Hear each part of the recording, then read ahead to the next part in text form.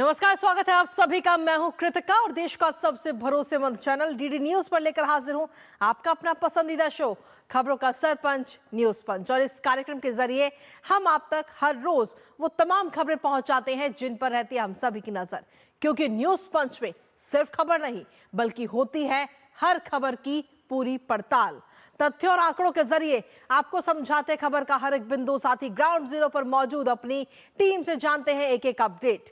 होती है हर खबर पर हमारी पैनी नजर। और आज न्यूज पंच के जरिए जिन प्रमुख खबरों के करने वाले हैं हम बात, एक एक अपडेट जानेंगे अपने संवाददाताओं से। सबसे पहले एक नजर उन प्रमुख खबरों पर, यानी टॉप लाइन्स पर।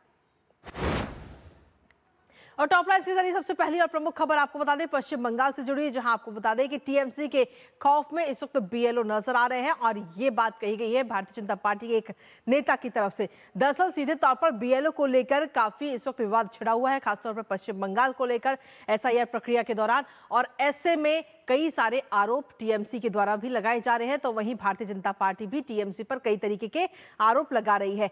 किस नेता ने क्या कुछ कहा है बताएंगे इस पूरी खबर के बारे में विस्तार से आपको। लेकिन इसके साथ ही जो दूसरी प्रमुख खबर है वो है भारतीय नौसेना से जुड़ी हुई, जहां भारतीय नौसेना को आज साइलेंट हंटर मिल चुका है। आखिर क्या है साइलेंट हंटर और किस तरीके से दुश्मनों का करेगा सफाया, दुश्मनों के खिलाफ किस तरीके से अपने अभियान को छेड़ेगा, बताएंगे इस खबर के बारे में भी विस्तार से आपको। लेकर इसके साथ ही जो तीसरी प्रमुख खबर वो है अंतरराष्ट्रीय जगत से जुड़ी, जहां स्कूल से एक नहीं दो नहीं बल्कि कई सारे बच्चों की किडनैपिंग हुई है। और सिर्फ बच्चे नहीं बल्कि उस स्कूल के जो टीचर्स है, जो शिक्षक है, उनको भी साथ में किडनैप किया गया। आखिर किस जगह से ये पूरी खबर सामने आई है और इसके पीछे क्या मंशा, इन तमाम चीजों को जानेंगे अपने संवाददाता विस्तार से। लेकिन इसी के साथ सबसे पहली और प्रमुख खबर के साथ करते हैं आज के न्यूज पंच की शुरुआत। तो पहली और प्रमुख खबर आपको बता दें, जहां पश्चिम बंगाल में जब से एसआईआर की प्रक्रिया शुरू हुई है तभी से तृणमूल कांग्रेस इसका विरोध कर रही है। टीएमसी बीएलओ पर दबाव डालने का आरोप भी चुनाव आयोग पर लगा चुकी है। हालांकि समय समय पर चुनाव आयोग ने हर सवाल और हर आरोप का बखूबी जवाब दिया है। और एक बार फिर से इसी तरीके की तस्वीर सामने आई, जहां एक तरफ बीएलओ पर काम के दबाव का मुद्दा, तो वहीं दूसरी ओर चुनाव आयोग ने एक बीएलओ को सम्मानित किया है, क्योंकि उसने अपना पूरा काम जो है, अपनी जिम्मेदारी समय से पहले ही मात्र 17 दिन के अंदर पूरी कर ली। आखिर कौन है ये बीएलओ जिन्हें चुनाव आयोग ने सम्मानित किया है, बताएंगे आपको, साथ ही करेंगे चर्चा अपने संवाददाता से। लेकिन सबसे पहले आपको दिखाते हैं ममता सरकार पर इलेक्शन कमीशन का पलटवार। इलेक्शन कमीशन ने जवाब दिया है ममता सरकार को। पश्चिम बंगाल में एसआईआर की प्रक्रिया इस वक्त जारी है और सीधे तौर पर एसआईआर को लेकर ममता सरकार लगातार सवाल उठा रही है। सीएम ममता बनर्जी का जो एजेंडा है वो इस समय कहीं ना कहीं फेल नजर आ रहा है।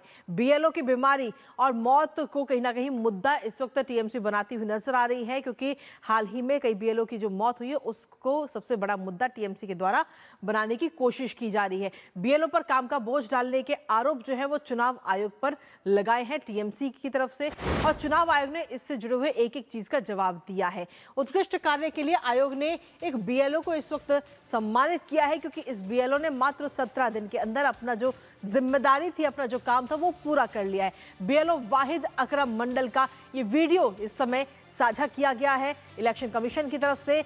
दरअसल अकरम ने 17 दिन के अंदर जो एनुमरेशन फॉर्म है उसका पूरा काम निपटा दिया है। जो जिम्मेदारियां थी उनको पर वो पूरी निपटा दी गई हैं।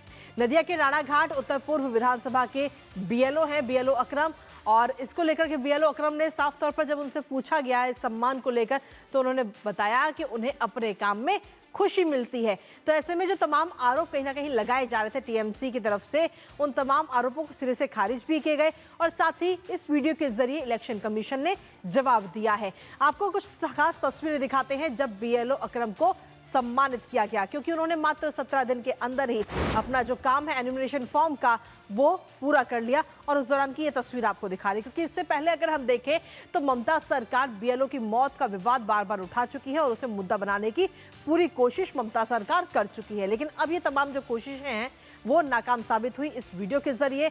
और इस वीडियो में साफ तौर पर एक जो बीएलओ हैं उनको सम्मानित किया गया है, क्योंकि उन्होंने अपना काम मात्र 17 दिन के अंदर समय से पहले ही पूरा कर लिया है। और इसको लेकर ममता सरकार पर सीधे तौर पर निशाना साधते हुए सुकांत मजूमदार नजर आए हैं। भारतीय जनता पार्टी के नेता हैं, क्या कुछ कहना है उनका वो एक बार आपको सुनाते हैं।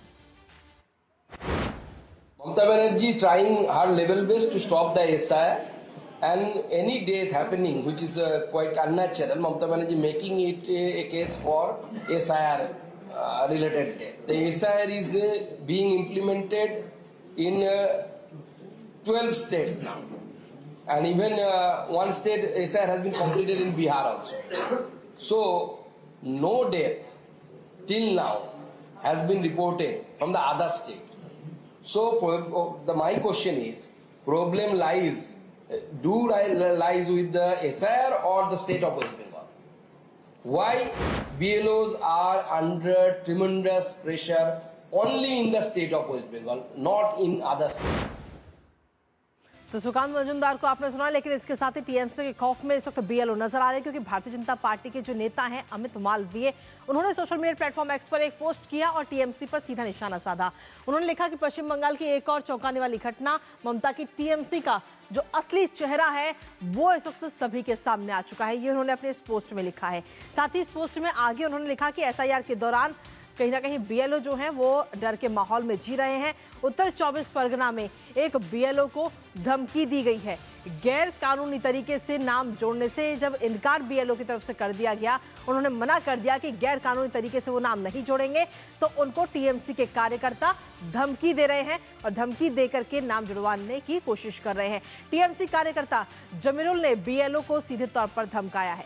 टीएमसी का एक्टिव वर्कर है जमीरुल इस्लाम मोल्ला, जो कहीं ना कहीं जो एसआईआर है या यूं कहे कि जो वोटर लिस्ट है उसमें अवैध तरीके से नाम जोड़ने की कोशिश कर रहा है बीएलओ को धमकाने के जरिए। बीएलओ दीपक महतो ने बीएलओ और पुलिस को सीधे तौर पर शिकायत भी इस वक्त दर्ज करा दी है। बीडीओ और पुलिस को ये शिकायत दर्ज कराई। टीएमसी वर्कर के धमकी जो भरा जो ऑडियो है वो भी इस समय जमकर वायरल हो रहा है। पुलिस ने जमीरुल इस्लाम मौला को फिलहाल गिरफ्तार भी कर लिया है और धमकाने का ये कोई अकेला मामला नहीं है, क्योंकि इसके अलावा भी कई तरीके के मामले इससे जुड़े हुए सामने आ चुके हैं। क्योंकि हम लगातार देख रहे हैं कि एसआईआर को किस तरीके से ममता बनर्जी लगातार बदनाम कर रही हैं, कई सारे तमाम सवाल उठा रही हैं। बीएलओ पर दबाव की बात वो कहती हैं कि इलेक्शन कमीशन दबाव डाल रहा है बीएलओ पर, लेकिन सच्चाई जमीनी स्तर पर कुछ और ही निकलकर सामने आ रही है। अधिकारियों पर हमले हो रहे हैं और इसी पर ताजा अपडेट ले लेते हैं। हमारे साथ में हमारे सहयोगी प्रसन्नजीत माफ कीजिएगा, हमारे साथ में हमारे सहयोगी सौरभ दत्ता इस वक्त जुड़ रहे हैं, सीधा उनका रुख करेंगे।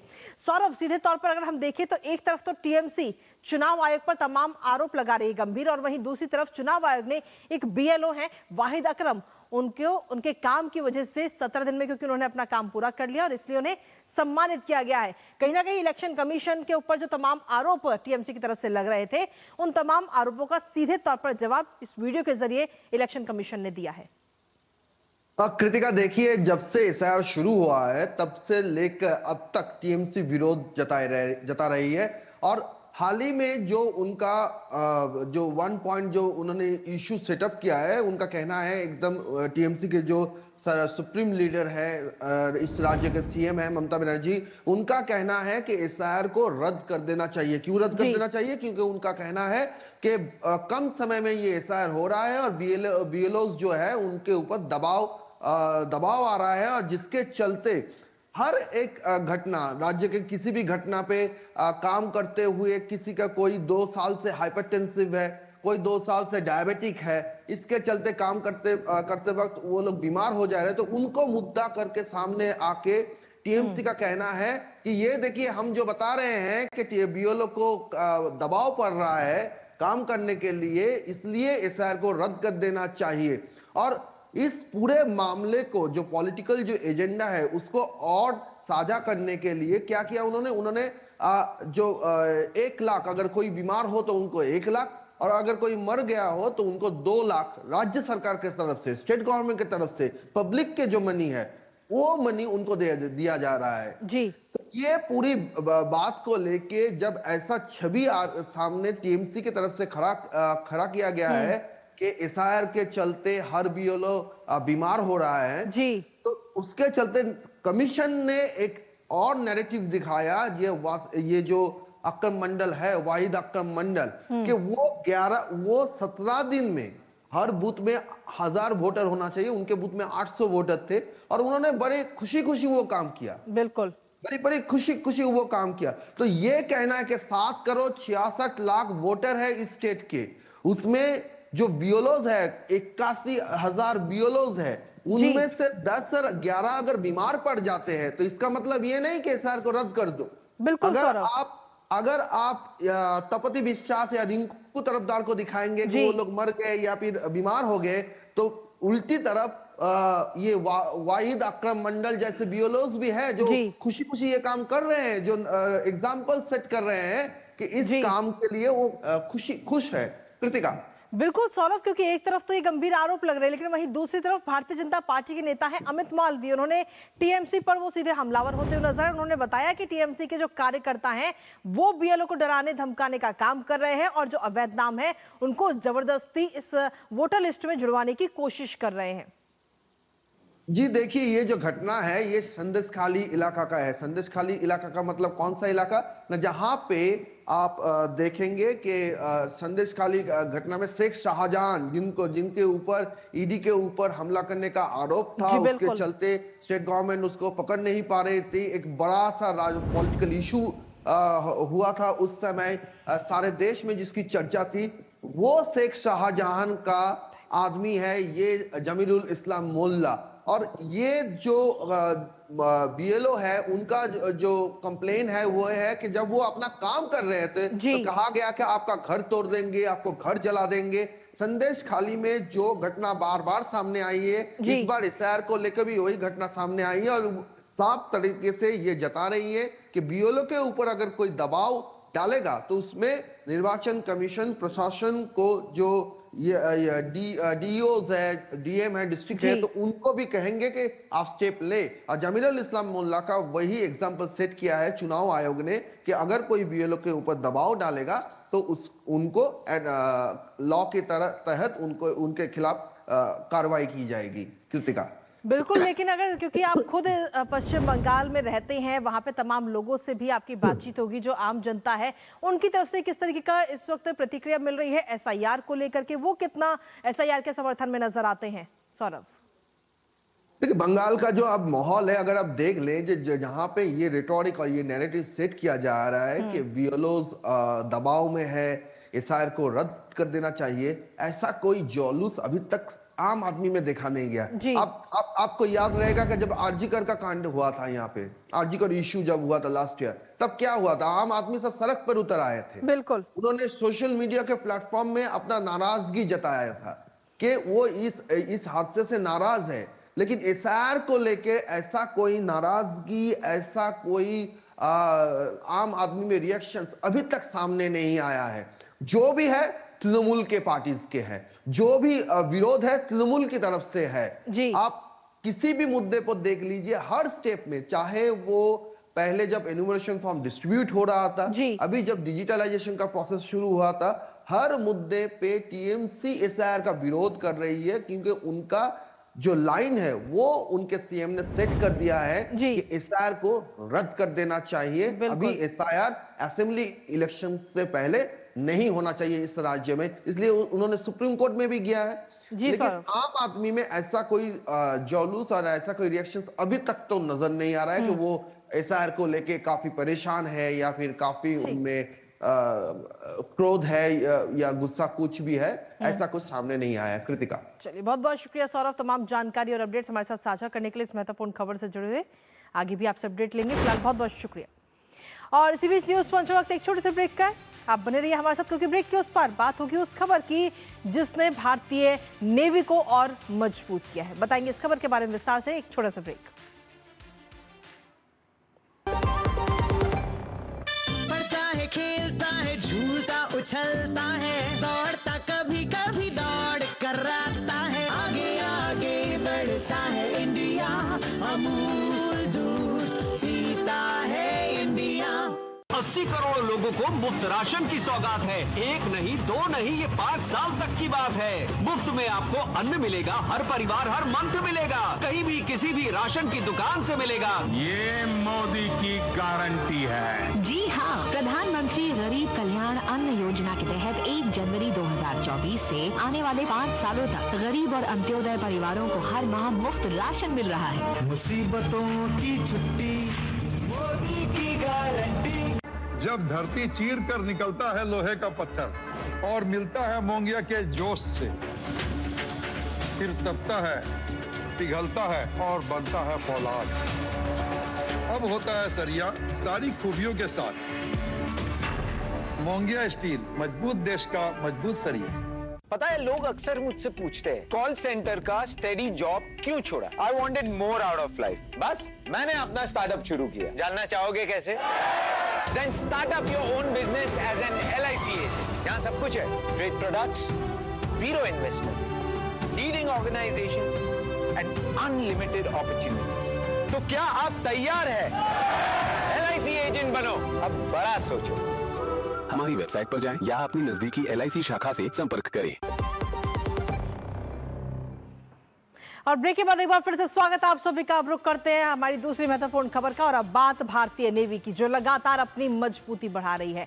जी हां, आज भारतीय नेवी को साइलेंट किलर मिल चुका है, और इस साइलेंट किलर का नाम है माहे, जो दुश्मन की पनडुब्बियों का पीछा करके उन्हें बर्बाद करने में पूरी तरह से सक्षम है। आपको यह भी बता दें कि अब से कुछ देर पहले ही मुंबई के नेवल डॉकयार्ड में माहे क्लास के पहले एंटी सबमरीन वॉरफेयर शैलों को वाटरक्राफ्ट को कमीशन किया गया है। आखिर क्या कुछ है, इसकी खासियत बताएंगे आपको, साथ ही अपने सहयोगी से करेंगे विस्तार से चर्चा। लेकिन उससे पहले आपको दिखाते हैं माहे की कुछ खास झलकियां।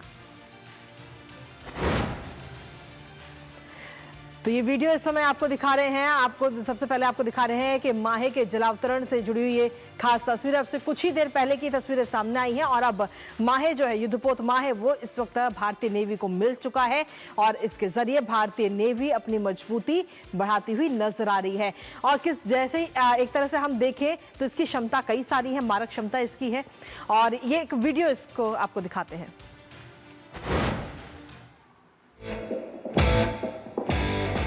Target alpha bearing 050।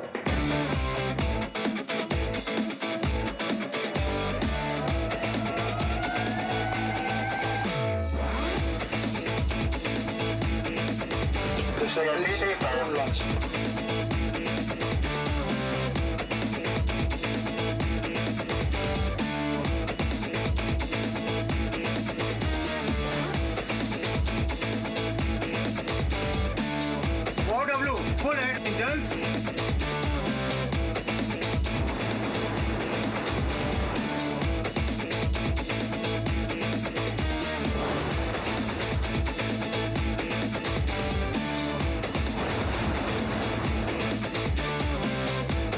प्रचंड युद्ध की बारी है।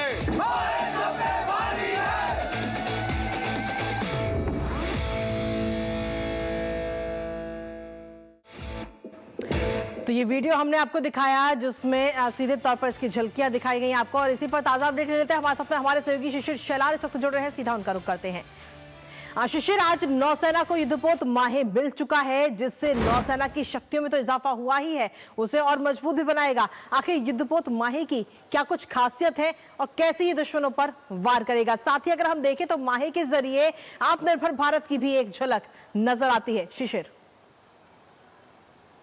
बिल्कुल, देखिए, दो प्रमुख बातें इसमें कहना चाहूँगा। सबसे पहली बात कि अब जो है वॉरफेयर बदल चुका है, मतलब वो ट्रेडिशनल जो जरिया था वॉर का, वो अब बदल चुका है, और इसीलिए दुश्मन के जरिए हमेशा ये कहते हैं कि एक तैयारी होती है कि कैसे जो है दुश्मन देशों के सामने जा सके, उसके पास जा सके और वहाँ पे अटैक किया जा सके।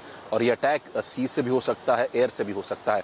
जहाँ तक हम बात करें समुद्र की, तो समुद्र में अगर देखा जाए तो कई सारी पनडुब्बियाँ जो है हम देख पा रहे हैं कि दुश्मन देशों के करीब जाती है और वहाँ से टॉर्पिडो दागती है। तो ऐसे में भारत को एक ऐसे जहाज की जरूरत थी जो कि इस प्रकार से जो अंडर सी जो थ्रेट्स है उसको जो है न्यूट्रलाइज किया जा सके, और इसीलिए भारत में पहली बार जो है INS माहे जो है उसको इंडक किया गया। यह पहला शिप है भारत का जो बनाया गया है, जो कि एक हम कह सकते हैं उथली पानी में जो है पनडुब्बी विरोधी जहाज इसको कहते हैं। तो किसी भी प्रकार की एक्टिविटीज अगर अंडर वाटर होती है तो ऐसे में इस प्रकार का, मतलब माही क्लास के जो जहाज होंगे, ये मास्टर्स होंगे उसमें, कि ऐसी जो खतरे हैं उनको न्यूट्रलाइज किया जा सके। खास तौर पर मैं बताना चाहूंगा अपने दर्शकों को कि जो कोस्टल एरियाज है, हम बात करें अगर वेस्ट कोस्ट की या ईस्ट कोस्ट की, तो पूरे कोस्टल एरियाज में खास तौर पर जिसे लैटरल वॉरफेयर कहा जाता है, इसका मतलब जो है तट के आसपास जो है जो लड़ाई लड़ी जाती है। तो ऐसे में पनडुब्बी का अगर देखा जाए काम होता है कि उन तटों पर आना और बाद में टॉर्पिडो दागकर अटैक करना। तो ऐसे में ये जहाज जो है कारीगर भूमिका यहाँ पे निभा सकते हैं और इसीलिए इसमें अगर देखा जाए तो बहुत सारी एडवांस वेपनरीज बैठाई गई है, सेंसर्स बिठाए गए हैं और इसीलिए इसको साइलेंट हंटर भी कहा जा सकता है।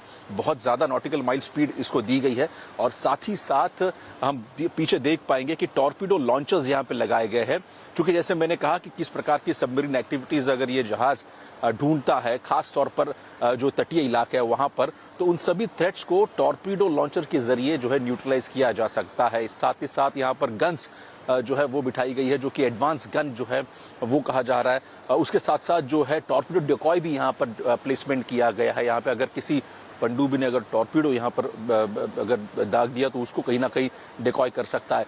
इस प्रकार के वेपनरी फंक्शंस जो है इस पूरे शिप में बिठाए गए हैं। दूसरी महत्वपूर्ण बात इसमें यह भी है कि खास तौर पर 80% जो है ये पूरी शिप जो है इंडिजीनियस की गई है। 80% इसका मतलब ये है कि अब तक जो हम सेंसर्स इस्तेमाल करते थे, अब तक जो हम वेपनरी इस्तेमाल करते थे, वो अमूमन हम देख पाते थे कि बाहर से हम उसको इंपोर्ट करते हैं। लेकिन पहली बार भारतीय नेवी ने अगर देखा जाए तो इंडिजीनियस जो सेंसर्स है, वेपन्स है, उसका इस्तेमाल किया है। और सिर्फ इंडिजीनियस में देखा जाए तो सिर्फ इंडियन कंपनीज जो है, प्राइवेट कंपनीज जो है, उनका भी इसमें पार्टिसिपेशन दिखाई दे रहा है। इससे दो चीजें होती है कृतिका, एक तो पहली बात कि आप इस प्रकार से एक स्टेट ऑफ द आर्ट जहाज बना रहे हो और दूसरी बात ये इंडिजीनियस है, मतलब पूरी तरह से आप इसको मॉडिफाइड कर सकते हैं, इसको जिस प्रकार से चाहे उसको ढाल सकते हैं। तो इसलिए एक आत्मविश्वास बढ़ता है नौसेना की तरफ कि इस प्रकार के जहाज अगर भारत में बनते हैं तो जाहिर सी बात है इसका सीधा उपयोग जो है नौसेना को तो होगा, लेकिन साथ ही साथ जो सिक्योरिटी डिप्लॉयमेंट है तटीय इलाकों की वहां पर बढ़ेगा। दूसरी बात इसमें यह भी है हमको अब पता चली है, तकरीबन जैसे मैंने पहले भी कहा कि लैटरल वॉरफेयर के लिए अब तक भारत के पास इस प्रकार का जहाज नहीं था। तो ऐसे आने वाले समय में तकरीबन 12 जहाज होने वाले हैं जो एंटी जो है सबमरीन, जिसको हम कह सकते हैं shallow water aircraft, shallow water जो शिप्स है वो जो है डिप्लॉय किए जाएंगे। ये पहला उस क्लास का है। आने वाले समय में अगर देखा जाए तकरीबन 12 ऐसे जहाज भारत के पास होंगे जो कि गश्त लगाएंगे भारत के तटीय क्षेत्रों की। अगर कोई यहाँ पर अगर देखा जाए तो खतरा अगर सामने आता है, खासतौर पर पनडुब्बियों का, तो उससे भी निजात पाएंगे। साथ ही साथ जो सिक्योरिटी एरिया है, मतलब जो हमारे समुद्री मार्ग है, उनको सिक्योर करने का काम भी जो है इन जहाजों के जरिए हो जाएगा, क्योंकि जैसे मैंने पहले भी कहा था कि काफी फास्ट है, ये काफी सटीक है ये जहाज, और इसीलिए उनको इस प्रकार से बनाया गया कि जल्द से जल्द जो ऑपरेशन एरियाज है वहां पर ये पहुंच जाए और वहां पर अपना ऑपरेशन शुरू करे। इस प्रकार की टेक्नोलॉजी यहाँ पे बिठाई गई है। तो भारत का सबसे पहला हम कह सकते हैं कि ऐसा जहाज जो कि सबमरीन को ढूंढता है और सबमरीन हंटर के नाम से जाने में बिल्कुल कहीं ना कहीं साइलेंट किलर के तौर पर भी इसे देखा जा रहा है, क्योंकि इसको साइलेंट किलर नाम भी दिया गया है। फिलहाल बहुत बहुत शुक्रिया शिशिर, तमाम जानकारी और अपडेट्स हमारे साथ साझा करने के लिए, इस महत्वपूर्ण खबर से जुड़ी हुई। और इसी के साथ फिलहाल न्यूज पंच मुझे और हमारी पूरी टीम को दीजिए अनुमति इस वादे के साथ कि दोपहर 2 बजे फिर होगी आपसे मुलाकात कुछ और महत्वपूर्ण खबरों के साथ। तब तक के लिए नमस्कार।